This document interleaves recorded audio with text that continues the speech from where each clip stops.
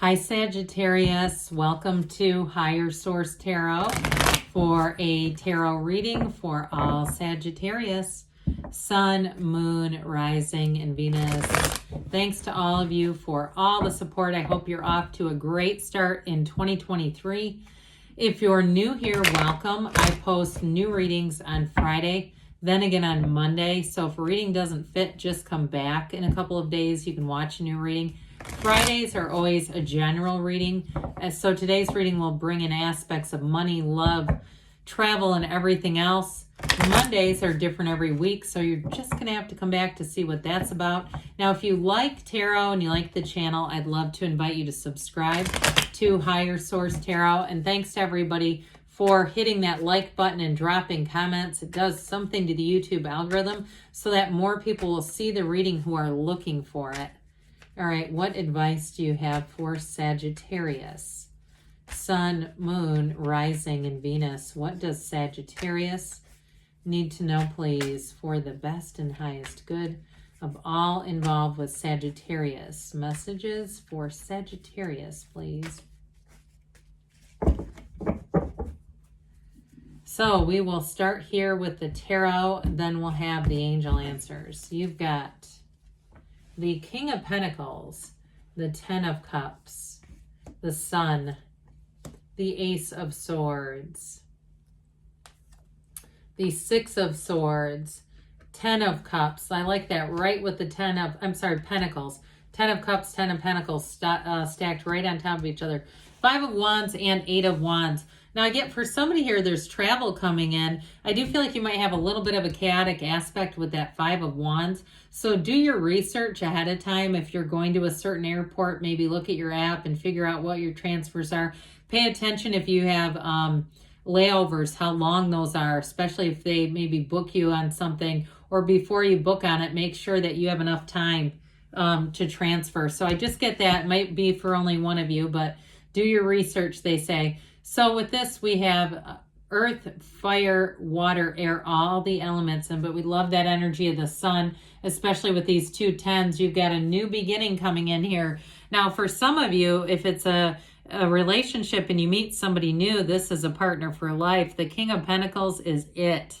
Okay, very humble energy, but somebody who's very accomplished, very intellectual. I mean, they're very, very smart, but they may not necessarily, they don't need everybody to know that, okay? They don't have a t-shirt with their SAT score on it or something.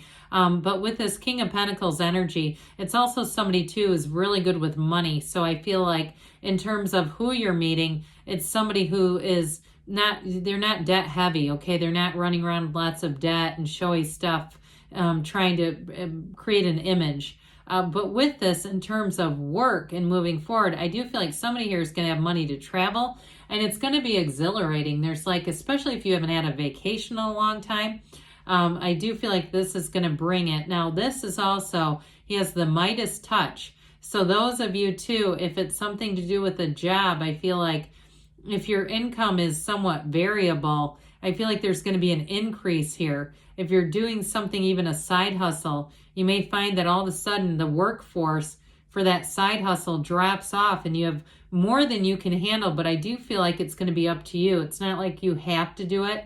But I feel like, again, you'd say almost, I wish I could clone myself, because there's real money to be had here. I just can't do it all, and we need to have some balance. So with this Ten of Cups energy, again, I get really strong, solid aspects for you with money.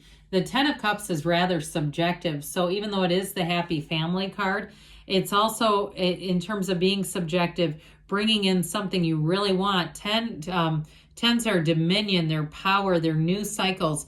But the cups are, of course, their love and creativity, but they're that really great life. So I feel like you have really nice aspects, very harmonious aspects here. That Ten of Cups, too, is a rainbow after a storm. So if you've had a challenge in an area, even financial, like you had a car that was just the bane of your existence, or some other issue that happened with your housing, you're overcoming it here. And this is that celebration where you're like so grateful to, you know, have a new furnace or have a new whatever it is. But with this 10 of Cups in terms of family too, it's really getting along well. And I also get it too with work, getting along really well wherever you go, having people who want to see you win. So especially if you are in a situation where they seem to be a bit desperate for workers, I do feel like you're going to be treated well, in part because of that, because they understand this is a premium. We need people. We need good people. They see in you that they've got a lot, you've got a lot going for you, and they don't want to lose that. So I feel like they will invest in you. And also too, like I said, the compensation will be there. So with the Sun energy, this is like a new lease on life. It's feeling exhilarated. It's one of my favorite cards in the deck, especially if you did a little vision board for the year of 2023. This is a nice one to put on there. We love the world too, though. But with the Sun, it's success. It's true joy. It's happiness. It's a new energy. It is pure positivity. There's nothing, no downside with the Sun. It's very high vibrational energy. So anybody you meet in this energy too, it's like you immediately click, and you'll know immediately too who you don't click with. So if it's a work related thing, you may find ways to work with people who you just do better with, but especially too in the dating world, you won't get involved with the wrong person here. You just won't. This is high vibrational stuff. So when we meet in this kind of energy, these are relationships that are sustainable. You grow together, you evolve together. You've got great aspects here too for loyalty. So in terms of meeting somebody new, I mentioned that they feel very financially stable, and they just feel like they are overall, they're very mentally, emotionally, physically stable in all areas, spiritually stable, somebody who's fit in all areas. And so as you connect with this, it might feel a little bit like too good to be true, but it's not. It's an absolute regeneration. There's a rebirth going on here. So with the Sun energy, allow the sun to shine on you. It is going to have your life glowing. And so with this Ace of Swords, what I like about this here is it's very upfront. Now this is setting goals and crushing them. Anything that you do with this, any new challenges or new goals, you're going to move forward with. It also too with this energy brings out the truth. So like I mentioned, if you're making plans, you may see little crevices, all right, in the outline of the plan and go, nope, that's not going to work. And those of you that are traveling too, like I said, if you say, oh, there's a 30-minute layover here in, LaGuardia or something, you might say, that's not going to work. I'm not going to take that risk. Let's find something else. So with this, you'll take the right action too. Now in a relationship, it's very upfront communication, either with work or a love interest. I get this. So with work, you may find that they are telling you and they're open about, hey, we do need you, we do appreciate you, and we are going to compensate you for it. So this is great too for any kind of written communication. So those of you, if you're a writer, sit down, start carving out time, start scheduling time for yourself. Times when you say, I am going to write during this period of time, because you will be prolific with this. And you'll find that you go back and look at your own writing and you'll say, I wrote that? It almost seems like it's coming from somewhere else. And they talk about, Abraham Hicks talks a lot about, I think it was not the Theo books. Maybe it is the Theo books. Well, anyway, they're books from the 1970s, channeled books. And the person that wrote it even talks about that, like it was almost like it was not from them. I'm not saying you're going to channel necessarily, but I do feel like your alignment is so good that it just feels like it's easy, okay? So with the Six of Swords, talk about easy. We like sixes.